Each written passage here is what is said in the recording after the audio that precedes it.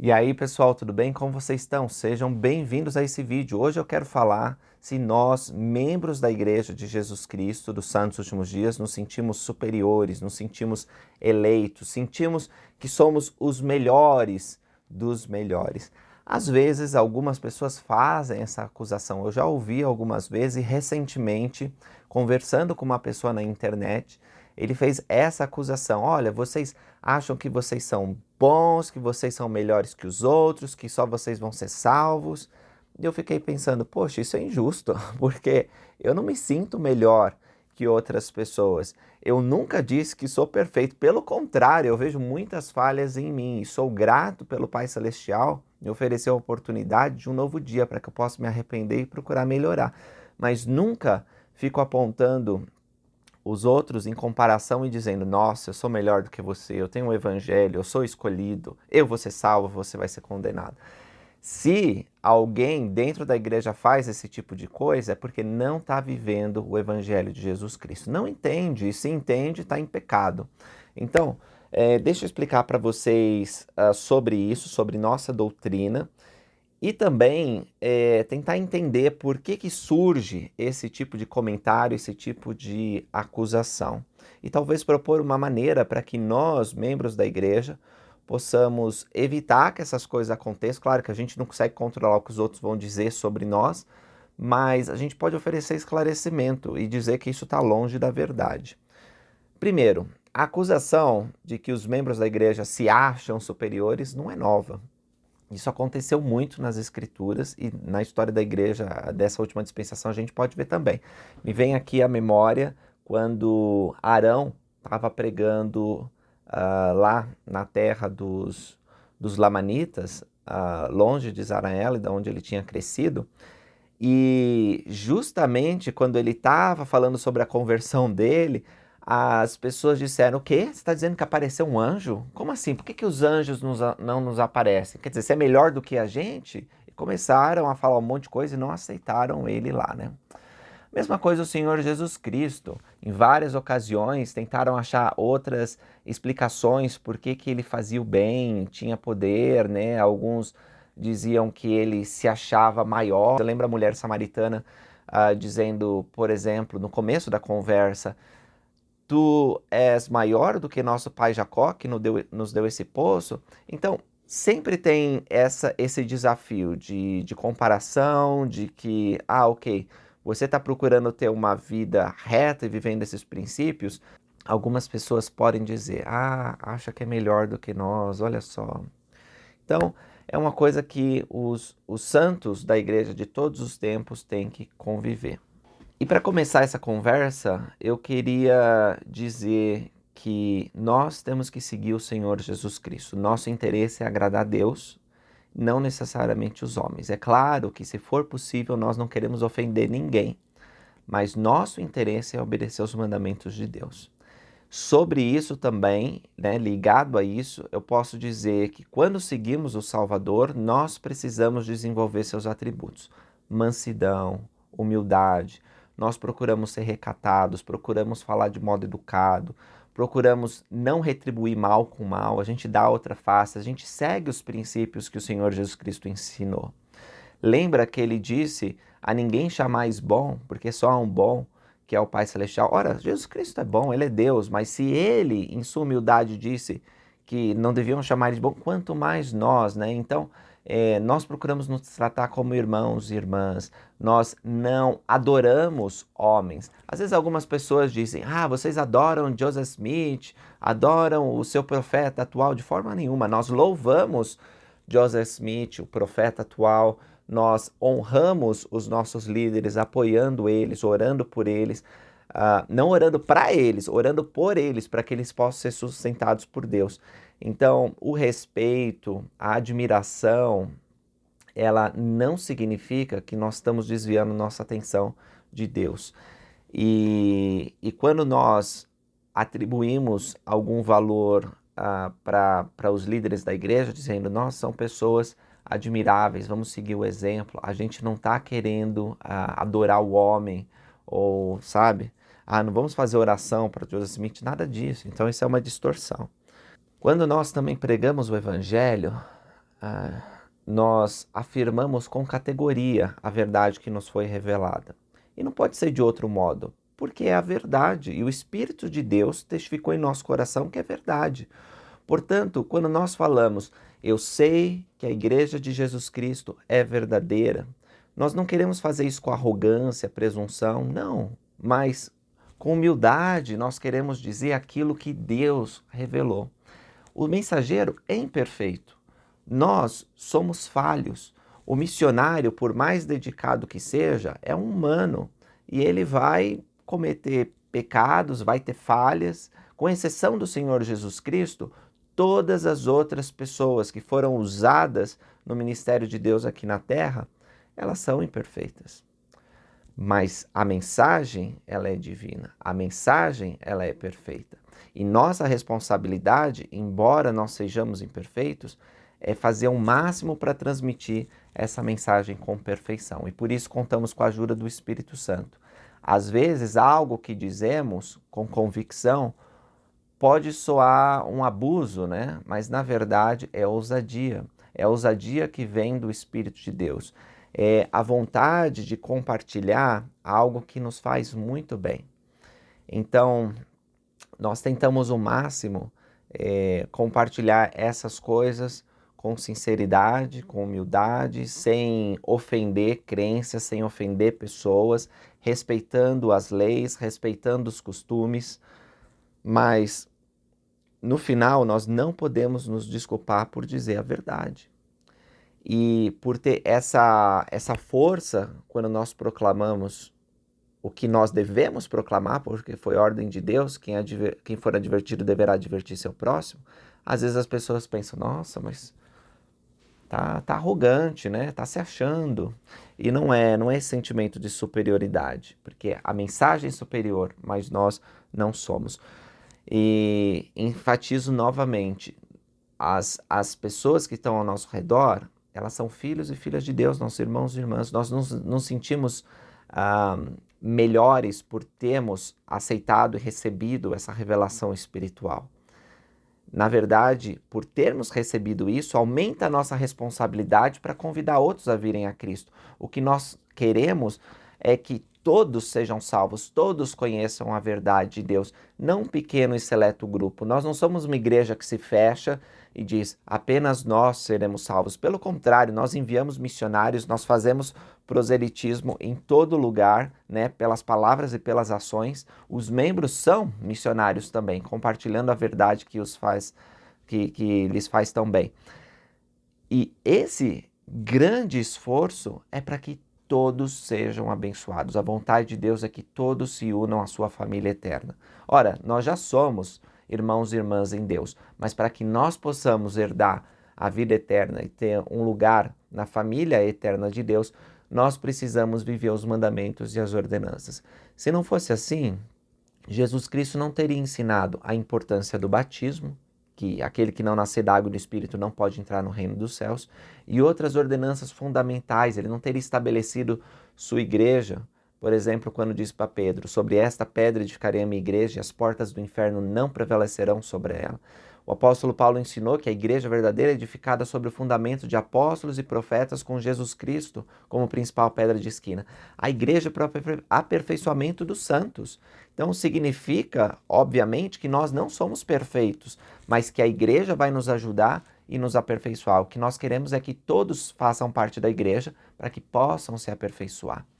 E uma doutrina peculiar que nós, santos dos últimos dias, temos, em comparação a todas as outras religiões, é que Deus não vai salvar apenas um pequeno grupo, mas vai salvar todos os seus filhos, com exceção de uns poucos que vão para as trevas exteriores, como Satanás e seus seguidores.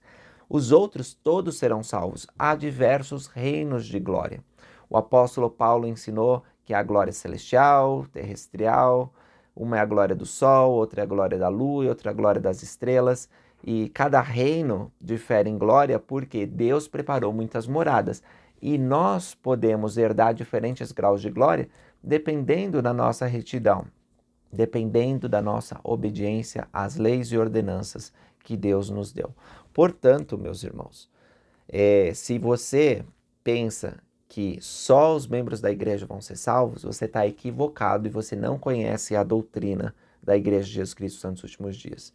Nossa doutrina diz que todas as pessoas serão salvas, com exceção de uns poucos, como eu falei para vocês.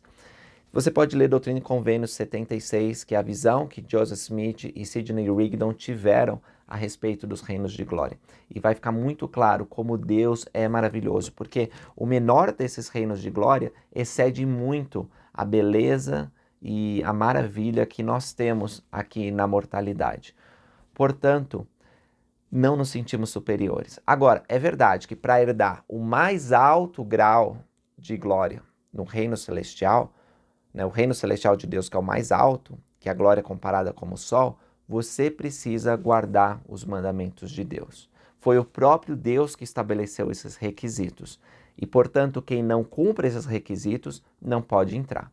Ele também estabeleceu exceções a essa regra. As criancinhas que morrem antes da idade da responsabilidade, elas são salvas no reino celestial de Deus, sem precisar de batismo ou das outras ordenanças. As pessoas que vivem sem lei, as pessoas que teriam aceitado o evangelho na terra, mas por não ter essa oportunidade, viveram numa época da grande apostasia, onde não havia profetas, evangelho, mas foram pessoas boas e Deus, que julga o coração e entende passado, presente e futuro como se fosse uma coisa só, ele é capaz de saber que aquela pessoa, se tivesse tido a oportunidade, teria aceito o evangelho. Essas também serão salvas. Quantas pessoas vão para o reino celestial? Muitas e muitas, é o que nós cremos. Algumas pessoas vão dizer, são poucas, porque é muito difícil. Realmente, é estreito o caminho, mas ele é reto. E Deus vai se esforçar, ele é um Deus perfeito e maravilhoso, vai se esforçar ao máximo para salvar todos os seus filhos. Não foi à toa que ele enviou Jesus Cristo. Não foi para salvar apenas um punhado. Não foi para salvar apenas 144 mil, o resto ser condenado. Não existe isso. Não é a doutrina de Deus. Então eu enfatizo que todos os filhos de Deus têm chance de salvação. Às vezes nós julgamos, essa pessoa daí cometeu tais crimes, fez tais pecados, já era, não tem mais chance. Não limitem o poder e a misericórdia de Deus, que ama todos os seus filhos, que faz com que o sol se levante sobre maus e bons. Nós não podemos nos sentir superiores pensando que por termos a doutrina de Deus, nós somos melhores que os outros. Não, às vezes uma pessoa que está fora da igreja está vivendo o que ele conhece sobre a retidão, segundo a lei que ele recebeu, muito melhor do que você, que tem o evangelho e não está à altura desse conhecimento. Então, nós temos que ter cuidado com isso. Tem uma citação do Elder Polly P. Pratt que eu quero ler para vocês, que talvez explique o motivo pelo qual as pessoas nos acusem. É porque, como eu falei para vocês, temos acesso ao dom do Espírito Santo. Depois que uma pessoa é batizada, ela recebe esse dom. E o Espírito Santo é um membro da Trindade e ele pode nos aperfeiçoar. A igreja tem programas, tem estrutura, mas se não fosse o Espírito Santo, seria uma entidade vazia e morta. É o Espírito Santo que realmente diferencia a igreja de Jesus Cristo de todas as demais. E o Elder Polly P. Pratt disse o seguinte: a influência do Espírito Santo aguça todas as faculdades intelectuais, aumenta, amplia, expande e purifica todas as paixões e afeições naturais, adaptando-as para uma utilização justa pelo dom de sabedoria. Ele inspira, desenvolve, cultiva e amadurece todos os sentimentos, alegrias, gostos e afeições mais nobres de sua natureza. Inspira a virtude, benevolência, bondade, ternura, gentileza e caridade. Desenvolve a beleza interior das pessoas, bem como a exterior. Cultiva a saúde, vigor, vivacidade e sociabilidade. Revigora todas as faculdades do homem físico e intelectual. Fortalece e tonifica os nervos. Em suma, é como se fosse uma medula para os ossos, alegria para o coração, luz para os olhos, música para os ouvidos e vida para todo o ser. Não é linda essa citação? E ela é verdadeira. Os membros da igreja têm uma diferença. Algumas pessoas dizem, nossa, o brilho do olhar de vocês é diferente. Isso não é de nós mesmos, mas é o Espírito Santo. Porque quando nos esforçamos para cumprir os mandamentos de Deus, a graça de Deus nos concede o Espírito dele. E isso melhora todos os aspectos da nossa vida. Isso não significa que os atletas santos dos últimos dias têm uma vantagem, né? Têm um superpoder contra outros atletas. Não significa que os estudiosos santos dos últimos dias têm um poder intelectual mais apurado porque têm acesso ao Espírito Santo e os outros não. Mas nós acreditamos que o Espírito Santo pode sim magnificar nossos esforços, não para ser injusto numa competição, mas para que nós possamos atingir o nosso potencial. Não para ser melhores que os outros, eu repito, mas para que nós sejamos o melhor que nós podemos ser. Dito isso, também quero lembrar que os princípios que nós temos na igreja, como por exemplo a palavra de sabedoria, fazem com que nós tenhamos preocupação com o nosso corpo, que nós estamos alimentando, estamos dormindo bem, se nós estamos fazendo exercício. Então, nós aprendemos desde pequeno na primária, que é a organização das crianças, a fazer metas. E nós traçamos metas pessoais, metas familiares, metas sociais, educacionais, profissionais, financeiras, de todo tipo, espirituais. E nós queremos progredir. Nós temos essa sensação de que nós precisamos realizar, que nós precisamos dar frutos. Porque se nós estamos ligados na videira verdadeira, nós precisamos ser abundantes nos frutos. E esse desejo não nos leva à vaidade, ao egoísmo, ao culto da própria pessoa, né? Oh, nossa, olha como eu sou bom, olha como eu sou inteligente, olha como eu sou forte. Não. Pode acontecer, porque todos nós somos falhos. Se não fosse assim, Alma, quando ele estava escrevendo para os filhos dele, não teria chamado a atenção de seus filhos para que eles não se vangloriassem, né, das próprias realizações e dos atributos que eles possuíam. O orgulho é a pedra de tropeço de Sião e todos os santos de todas as épocas tiveram que lidar com o orgulho, porque Deus os fazia prosperar, os fazia crescer, e aí eles pensavam que eles eram bons, que o braço deles é que havia realizado tanto bem. Na verdade, tinha sido Deus. E aí a gente tem um ciclo do orgulho que é citado muitas vezes no livro de Mórmon, né, mostrando que quando uma nação progredia, pela ajuda e pelo amparo de Deus, essa nação ela se corrompia e caía em pecado e iniquidade e sofria as consequências deste mal. Aí levava o arrependimento, prosperava novamente, mas a prosperidade os fazia esquecer de Deus, que os havia ajudado a prosperar, né? Era a razão da prosperidade, na verdade. E aí eles voltavam a cair. Então, isso pode acontecer na nossa vida. Alguns de nós que foram altamente favorecidos por Deus podem pensar que as coisas que adquiriram, as posses, as realizações, os diplomas, o status, tudo foi por mérito pessoal. Os membros da igreja não estão livres, não estão isentos de sofrerem com orgulho, vaidade e todo o mal que isso traz.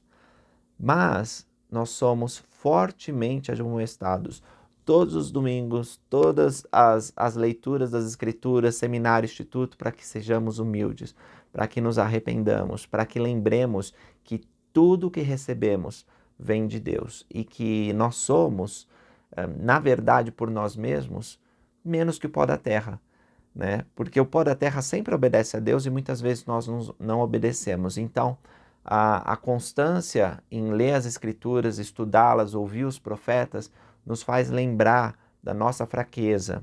E aí a gente não quer ir para o outro extremo também pensando, somos miseráveis, nunca vou conseguir nada. Não é isso nesse sentido, mas de reconhecer que Deus é grande, que com Ele sim podemos realizar todas as coisas. Então, eu falei bastante sobre esse tema, né? Até explorei outros aspectos, porque eu quero deixar claro que não nos sentimos superiores. Se você conhece bem os membros da igreja, aqueles que estão indo na igreja, vivendo o evangelho, você pode ver que eles são humildes seguidores de Jesus Cristo, que eles se esforçam sinceramente para falar com ternura e amor, para se vestir e agir de modo modesto.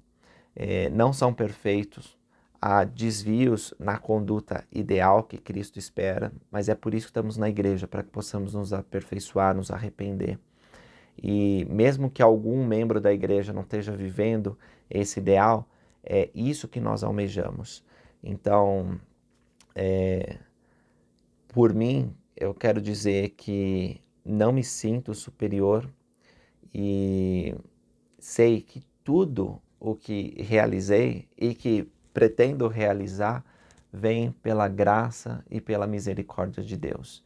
E mesmo que você possa suspeitar da minha integridade em dizer essas coisas, eu convido você a conhecer-me mais, ou conhecer um membro da igreja que você acha que é superior, né? Que está se achando superior. Talvez alguém na escola, alguém do trabalho que é membro da igreja, e você acha, não, esse daí, ele é o bonzão, ele é o santo. Tenta conhecer essa pessoa melhor. Se aproxima e vê, será que ele está tentando ser superior ou ele está sendo apenas diferente? Ele não está indo pro bar beber com vocês, não é porque ele não gosta da sua amizade, não é porque ele não quer rir e se divertir, mas é porque ele tem padrões. Ele não está compartilhando post pornográfico, não é porque ele não é parte da turma, é porque ele tem padrões, ele é diferente. Então, cuidado no seu julgamento, para quando você diz, esse membro da igreja aí, ele está se achando gostosão, ele está se achando melhor que a gente, ele acha que só ele vai ser salvo. Não permita que Satanás coloque esse tipo de condenação no seu coração, porque aquele membro da igreja que está vivendo diferente, ele pode ser e geralmente é a pessoa mais mansa e humilde, ou está procurando ser dessa maneira, porque o maior interesse dele é seguir os passos de Jesus Cristo. Então, não tira vantagem de um membro da igreja que está se esforçando, porque no último dia você vai ver, com um conhecimento muito maior do que você tem agora, que os humildes e pacíficos seguidores de Jesus Cristo, eles estavam tentando ser uma luz para o mundo, mas não guiando as pessoas para si mesmos. A luz que eles estavam levantando era Jesus Cristo. Então tenta ver Jesus Cristo na ação desses pequenos e simples, que são humildes seguidores de Jesus Cristo. E se você é membro da igreja e alguém te acusa disso, tenta mostrar para essa pessoa que você não se sente superior. Convida ela para sua casa, para comer alguma coisa, para assistir um filme. Lembra que você não tem que rebaixar seus padrões, isso nunca, né? Porque você é fiel a Deus.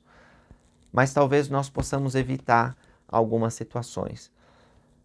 Por exemplo, nós sabemos que a Igreja de Jesus Cristo dos Santos Últimos Dias é a única igreja verdadeira e viva na qual o Senhor se deleita. Não sou eu dizendo isso, é o próprio Senhor lá em Doutrina e Convênios. Quando nós dizemos isso para as pessoas, pode causar um constrangimento nelas, elas podem ficar chateadas.